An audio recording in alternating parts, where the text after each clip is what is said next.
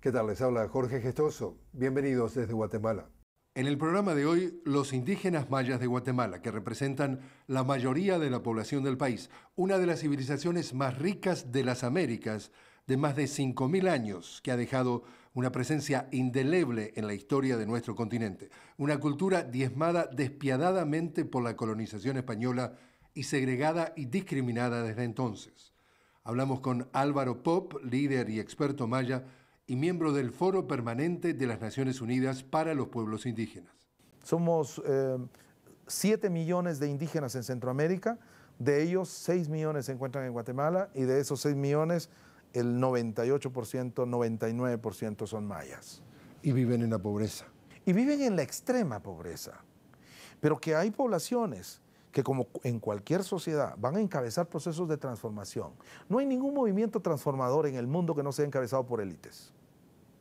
Hoy en Guatemala se empiezan a constituir élites mayas. La pregunta es, ¿hacia dónde nos van a llevar esas élites económicas y políticas que ya existen? Esa es la pregunta.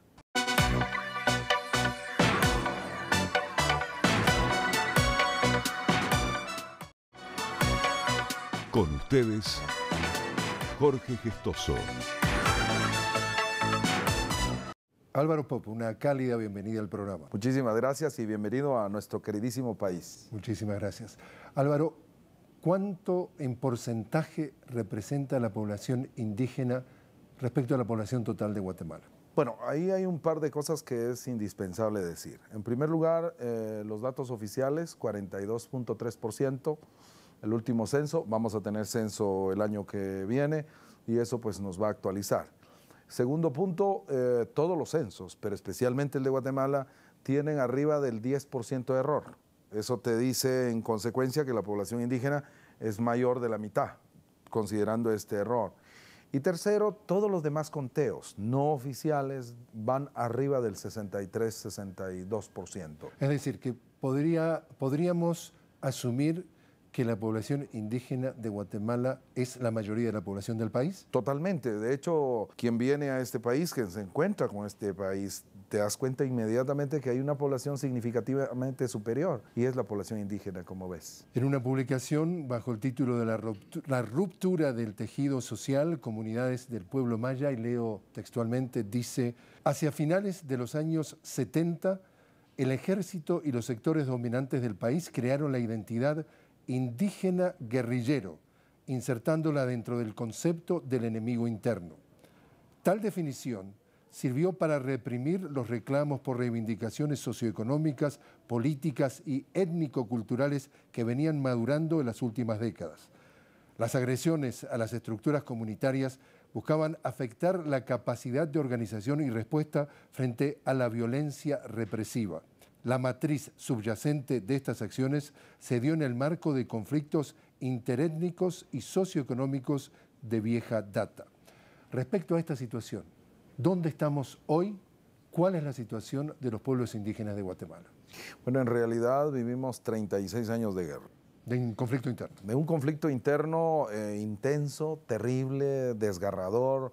Estamos hablando de la guerra que en toda la historia contemporánea de América Latina ha tenido más muertos. Pero estamos hablando más de 100.000. Más de 100.000 muertos, pero lo más interesante es que los pueblos indígenas pusieron los muertos. Pero no solamente pusieron los muertos, pusieron además los combatientes de ambos lados. El 90% de los soldados rasos del ejército eran indígenas. La gran mayoría del movimiento revolucionario, en términos de los que tomaron las armas, igualmente eran indígenas. Entonces ahí se da un enfrentamiento ideológico en el cual los indígenas venimos diciendo no nos perteneció por completo. Y no por completo porque efectivamente hubieron demandas, hubieron algún tipo de temas en donde se tomó la realidad de los pueblos indígenas, pero que no participamos en esas definiciones y en esos posicionamientos, pero pusimos los muertos. ¿En qué estamos hoy? Primero, firmamos la paz. Estamos hablando de 1996. En el 96 firmamos la paz y en el 93 firmamos el acuerdo más histórico de la historia de este país y es el Acuerdo de Identidad y Derechos de los Pueblos Indígenas. Firmado ese acuerdo, firmada la paz, deberíamos de haber empezado un proceso de transformación y de movilizar las estructuras que causaron los daños o las limitaciones o los avances incluso en términos de sociedad y constitución de Estado. En este momento podemos evaluar que no lo logramos del todo, pero creo, y lo diría con toda la convicción, hay cosas en las cuales hemos avanzado. Hay una reforma de Estado en la cual hay una institucionalidad indígena con presupuesto que toca estos temas. Hay una institucionalidad de la paz. Hay un debate sobre la guerra y la paz que yo especulo que con el ejercicio de este gobierno vamos a ir terminando. Pero en general nos pesa la historia. Nos pesa profundamente la herida aún de esos desaparecidos, de esos muertos, que no hemos terminado de oficializar nuestras verdades. Y ese es el desafío de este momento histórico de país. Y precisamente alguien que está absolutamente vinculado al conflicto armado es quien ha sido recientemente elegido como el nuevo presidente de Guatemala, el general retirado Otto Pérez Molina, denunciado, por ejemplo, por la Premio Nobel de la Paz, Rigoberta Menchú, como participante de masacres, participante de abusos a los derechos humanos. ¿Qué tan preocupante puede ser para los pueblos indígenas que un ex militar que combatió precisamente en estos conflictos donde hubo masacres denunciadas por todas las organizaciones de los derechos humanos tome la primera magistratura del país? Es difícil especular, es tal vez la pregunta del millón en este momento en Guatemala. Todavía tenemos que digerir lo que va a suceder en varias dimensiones. Una primera dimensión es precisamente en las estructuras del partido en donde vienen grupos militares o que fueron grupos paramilitares y que obviamente participaron del diseño de una campaña, de la estructuración de un plan, de la estructuración de planes nunca declarados. Porque obviamente todo partido político en cualquier lugar del mundo, incluyendo América Latina, cada partido tiene sus planes de planes. Y en ese sentido es muy difícil especular en este momento. Sin embargo, yo diría que el contexto nacional y el contexto mundial hacen que nuestro temor a repetir historias no sea tan alto. Pero también reconocer que pueden haber desbordes en el manejo de nuevos conceptos de seguridad que se reflejan, por ejemplo, en el planteamiento de mano dura. El patrimonio de cuando era candidato Otto Pérez Molina, su candidatura era mano dura. Claro, y ese concepto de mano dura que no es totalmente guatemalteco, recordemos El Salvador, recordemos Honduras, en donde el planteamiento de mano dura es precisamente ser lo más exigentes y llegar a extremos, no solo en el cumplimiento de la ley, sino en las persecuciones que implica el cumplimiento de la ley. Y eso es lo que se ha dicho en Guatemala. Entonces es difícil decir si efectivamente debemos de tener mucho o poco o nada de temor ante esta situación. Pero sí reconocer que el presidente de la República, constitucionalmente electo en este momento, estará muy limitado de la toma de decisiones, de ese tipo de decisiones. Especialmente porque además tenemos un sistema político semipresidencial ya. Ya no es el presidente el tomador de decisión total, el dueño absoluto de vidas humanas, el dueño de propiedades, el que además en términos legales, ya en momentos democráticos, podía decidir sobre muchas cosas. Hoy el Congreso tiene mucho más fuerza en algunos casos que el propio presidente de la República. ¿Cuál es la situación promedio del indígena maya en Guatemala? Bueno, hablar del indígena maya en Guatemala es hablar de dos cosas, de tendencias como de datos brutos. Y empecemos con los datos brutos. En realidad todos los indicadores económicos en términos de deficiencia están en poblaciones indígenas. Y una explicación que se da es que hay en el imaginario de los tomadores de decisión un racismo que se refleja en este tipo de acciones en las cuales no existe Estado, no hay Estado en estas regiones habitadas mayoritariamente por poblaciones indígenas. Pero cuando hablamos de tendencia, en este momento estamos encontrándonos una vibrante, a una poderosa población maya que está llenando todos los espacios y empezando a escalar en todos los escenarios.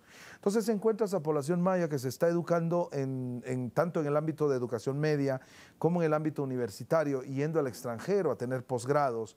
El tema de pueblos indígenas y el tema de la mayanidad hoy en Guatemala es el tema inevitable. Es ese gigante dormido que hoy empieza a despertar y está apareciendo en todos los espacios. Un dato interesante es que en el mundo empresarial estamos viendo una participación cada vez más creciente de nuevos empresarios, de empresarios mayas, que obviamente tomarán decisiones en ese mundo que es obviamente competitivo, pero igualmente en la política. No hay un solo partido político en este país que no tenga participación de pueblos indígenas.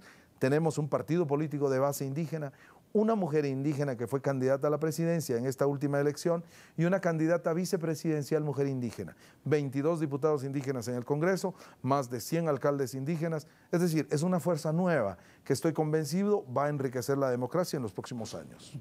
Dos elementos que de alguna forma vale la pena traer al contexto. Es decir, tú estás diciendo, estamos avanzando, es una fuerza imparable, o tus palabras, pero estamos hablando de una civilización... Más de 5.000 años. Más de 5.000 años. Y estamos hablando de la otra parte de las estadísticas que tú no mencionas, es el grado de marginación de la población maya. Estamos hablando donde la mayoría es pobre, donde, según algunas estadísticas, el 87%, por ejemplo, de las mujeres son analfabetas, en donde se hablan 23 idiomas, Claro. y cuando por ahí se quiere venir a trabajar en otras partes del país en donde solamente se habla el español, hay doble trabajo o doble problema porque no hay perfeccionamiento de preparación y no hay tampoco la comunicación por la falta del idioma.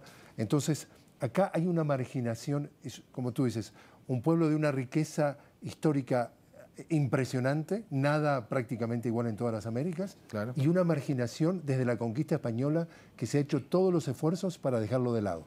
Efectivamente. Sería justo... Es justo decirlo, y te digo, depende de dónde quieras ver. ¿Qué quieres ver? ¿El vaso medio lleno o el vaso medio vacío? Las luces o las sombras. Las sombras son muy poderosas, son muy pesadas, diría yo, en una realidad de país en donde la discriminación es latente, incluso en términos de color de piel. En donde hay yo he dicho en algunas ocasiones, hay un síndrome que le he llamado el síndrome de Michael Jackson, la aspiración profunda a la blancura. Todo el mundo quiere ser más blanco. Y no blanco no solamente en términos raciales, sino esa blancura en términos ideológicos. Lo que constituye los principios, las lógicas de vida, las maneras de tratamiento de ese blanco con respecto al resto del mundo. Pero además tener que reconocer que esa es la lógica en muchos casos del ejercicio del poder en Occidente. Cómo la blancura en Occidente domina, controla y establece parámetros y establece categorías. Hasta el siglo XVIII en Guatemala existían más de 10 categorías étnicas establecidas oficialmente. Hoy en Guatemala tenemos todavía una categoría que no se ha terminado de derrumbar y es precisamente la ladinidad, que incluso hoy nos preguntamos si la categoría ladino, que tú cuando llevas un niño a registrar a una municipalidad, tienes que escoger indígena o ladino. Inclusive no te lo preguntan, te ven y llenan ese requisito en la boleta que llevan en la municipalidad, que ahora vamos al registro más especializado, estamos evolucionando en ese sentido, pero existe, es una dicotomía de país. Por eso regresemos a lo que tú decías, mencionando dos realidades, dos mundos, dos países en uno. ¿Cuánto han absorbido las minorías que gobiernan Guatemala de toda esa riqueza espiritual y de todo ese modo de vida que han tenido los mayas por 5.000 años? Muy poco oficialmente reconocido. Pero tú vas a los centros ceremoniales mayas y encuentras el cruce de creencias. En iglesias católicas, incluso en iglesias evangélicas, vas a encontrar la participación de hombres y mujeres mayas bajo su propia creencia. Háblanos de los sacerdotes mayas. Los sacerdotes mayas nacen de un ejercicio y de un reconocimiento de que cada quien trae un don. Y que hay generaciones y hay personas capaces de reconocer ese don y hacerlo desarrollar. Y como podemos tener el don del ejercicio y el manejo de grupos humanos, podemos tener el don de la pintura, podemos también tener el don y la capacidad de sentir que algo está sucediendo en nuestros contextos y ayudar. Muchas veces ese manejo de los dones, que igual puede pasar en Europa como en Asia o aquí, esa capacidad de desarrollar esas susceptibilidades, muchas veces son planteadas de manera equivocada, diría yo, en esas relaciones interétnicas. Entonces se ve como el paganismo. Y tú sabes que cuando viene ese concepto de paganismo significa que alguien se asume con la verdad absoluta y descalifica cualquier otra. Y esas lógicas de lo pagano han destruido mucho de esas creencias que no solamente tiene el pueblo maya en Guatemala, sino tienen los pueblos indígenas en el mundo. Lo estamos viendo y lo estamos encontrando constantemente en Naciones Unidas. Esas capacidades que hoy se empiezan a reconocer como posibilidades enormes en la medicina, en las relaciones humanas, en la constitución de estados, que se necesitan más que nunca, especialmente cuando aparecen cosas como el cambio climático, como cuando aparentemente la democracia se ha agotado. Entonces es cuando vemos a los pueblos indígenas como la referencia ancestral de grandes posibilidades. ¿Cómo calificas entonces el estado de la democracia en Guatemala a hoy? Formalmente avanzado, de manera real, en construcción de ciudadanía, de ciudadanos, muy débil. Es decir, es una democracia que le faltan ciudadanos. Una democracia necesita demócratas. Y Guatemala falta eso. Es decir, hay 14 millones de guatemaltecos, pero tú dirías que hay muchos habitantes y pocos ciudadanos. Es correcto. Esa capacidad en donde tú te sientes parte del sistema, porque el sistema te toma en cuenta, porque vas a responder a tu problemática con tus propias respuestas, y el sistema lo respeta y lo aprecia, te hace suyo. Eres sujeto activo del ejercicio de la democracia, esa es ciudadanía. Y si un sistema responde a ese ciudadano, entonces funciona. El problema en Guatemala, como en otras partes de América Latina y el mundo, es que sus democracias tienen legislaciones casi perfectas, pero ejercicios limitados. Y el desconocimiento de que hay otros, no solo nosotros, sino que hay otros en nuestras sociedades que necesitan atenciones particulares para que sí, entonces, sí, solo sí, la democracia funcione. De otra manera, la democracia no funciona. Danos una idea de la presencia de los mayas en esta región de Centroamérica. Sí, hemos encontrado y hemos heredado toda una serie de cosas materiales, tanto como subjetivas, de una cultura milenaria y que se ha demostrado científicamente que tiene conexiones. Hay una vieja discusión sobre si esa población, que fueron millones igualmente, que hablaron muchos idiomas desde el sur de México, parte de Honduras, Belice, pero sobre todo, como muy bien has mencionado, Guatemala, y que traen rastros de esas civilizaciones que todavía no nos terminamos de explicar. ¿Dónde está la ruptura entre ese esplendor y la realidad más marginal que vinieron a encontrar los españoles y que terminaron de esclavizar? Esas preguntas aún no se terminan de explicar, pero lo que yo incluso digo, ¿es necesario terminar de contestarlas? Yo creo que no. Y la evolución de esa sociedad sigue. Somos 7 millones de indígenas en Centroamérica, de ellos 6 millones se encuentran en Guatemala y de esos 6 millones el 98%, 99% son mayas. Y viven en la pobreza. Y viven en la extrema pobreza. Pero que hay poblaciones que, como en cualquier sociedad, van a encabezar procesos de transformación. No hay ningún movimiento transformador en el mundo que no sea encabezado por élites. Hoy en Guatemala se empiezan a constituir élites mayas. La pregunta es, ¿hacia dónde nos van a llevar esas élites económicas y políticas que ya existen? Esa es la pregunta. ¿Y cómo vamos a enfrentar la diversidad? Si lo vamos a enfrentar con el mismo modelo que hemos encontrado y con el que nos han tratado, ¿vamos a medir con la misma medida? No lo sé. Ese es el desafío a continuación. Tienes el título de experto independiente de asuntos indígenas, de cuestiones indígenas en América Latina. Es decir, sos miembro o eres miembro del Foro Permanente de Naciones Unidas para las Cuestiones Indígenas de Guatemala. Cuéntanos cuál es la situación de los indígenas en América Latina. Bueno, es de una situación sumamente similar. Yo creo que hay que dividir dos tipos de países. Los países que tienen poblaciones mayoritarias con los países que tienen minorías. Y ahí las discusiones no terminan de aterrizarse, porque efectivamente los países que tienen mayorías como Ecuador, Bolivia, Perú y Guatemala, y el sur de México, pero el sur de México, digamos, sus 10 millones segregados de un Estado federal que los tiene en un solo lado, digamos, de manera más concentrada. Entonces tenemos estos países. ¿Cuál va a ser su posición ante los estados modernos? Cada vez que proponen en América Latina los pueblos indígenas ponen en cuestionamiento varias cosas. La constitución del Estado, la definición de nación, las constituciones mismas y la democracia en su conjunto. Esos son los países que tienen mayorías. Los países que tienen minorías, sobre todo, han luchado por sus territorios, han planteado posiciones alrededor del manejo de los recursos naturales, que luego en términos generalizados en este momento en América Latina es el gran tema y le preocupa a muchos intereses. Porque resulta que los pueblos indígenas en América Latina están cerca del agua, las concentraciones más grandes de agua, pero también acerca de los minerales. Y en la gran mayoría de los casos no están de acuerdo con su explotación.